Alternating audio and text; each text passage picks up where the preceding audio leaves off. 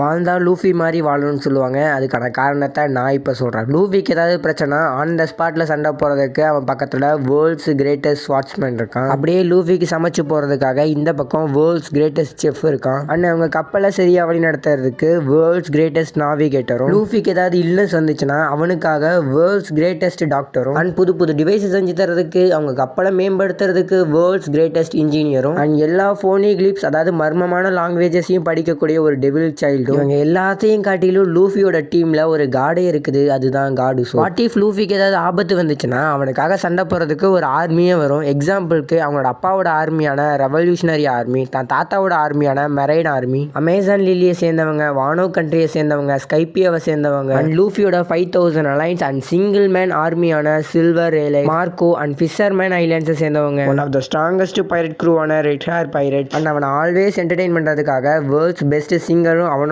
டீம்ல தான் இருக்கான். அண்ட் அவன் சாப்பிட்டுருக்க அந்த டெவில் ஃப்ரூட் தான் இந்த ஒன் பீஸ் உலகத்தோட ஸ்ட்ராங்கஸ்ட் டெவில் ஃப்ரூட். பாத்தீங்களா லூஃபி எப்படி ஒரு ராஜ வாழ்க்கையை வாழ்றான்ல.